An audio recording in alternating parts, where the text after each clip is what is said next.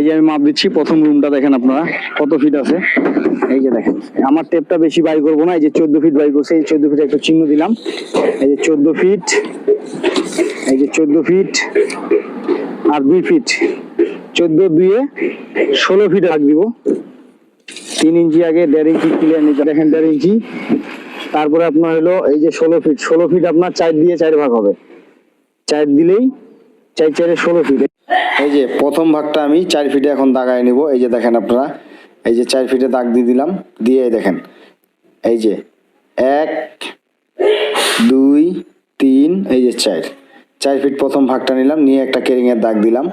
তারপরে আপনার ওই পাশে ওই একই নিয়মে 4 ফিট হবে, কিন্তু এটা আছে আমার 3-এর ভাগ, আর 3-এর ভাগের জন্য আমি নিলাম এটা 5 ফিট।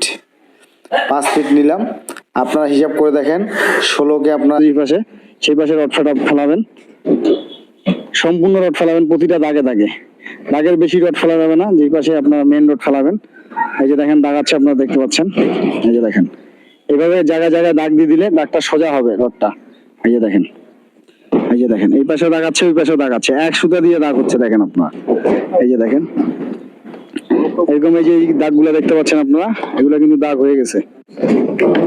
ভাই আপনারা দেখেন, রুমটা যে পাশে খাটো ওই পাশে হবে মেন রোডটা।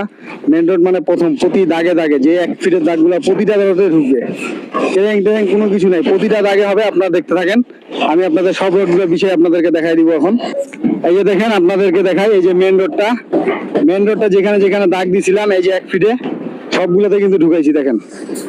এই যে দেখেন এক পাশে মেন রোড সবগুলো ঢুকাইছি। রুমটা খাটো, ওই খাটো এই যে দেখতে পাচ্ছেন। পরে কোন রডটা ঢুকাবো, আর রুম গুলা কিন্তু এই যে এক পাশে সবগুলা লম্বা, দেখতে পাচ্ছেন আপনারা ক্যামেরায়। লম্বা যেই পাশে লম্বা আপনাদের সেই পাশে আপনাদের রডটা বাইন্ডার হবে, আর যেই পাশে খাটো ওই পাশে রডটা মেন রড হবে। এই যে খাটোর পাশে আমি প্রতিটা রড ফেলাইছি, দেখতে পাচ্ছেন যেখানে যেখানে দাগ দিছি সেখানে সেখানে রড ফেলাইছি। আর দাগের মাঝখানে যে রডটা ঢুকবে, এই রুমগুলা সবগুলা এক পাশে লম্বা, এই জন্য আপনাদেরকে এইভাবে দেখাচ্ছি। যদি আপনার এই রুমটা লম্বা, ওই রুমটা যদি খাটো থাকতো তাহলে কিন্তু ওই রডটা বিছা পড়তো না, আগে এই খাটো রুমটা বিছা পড়তো।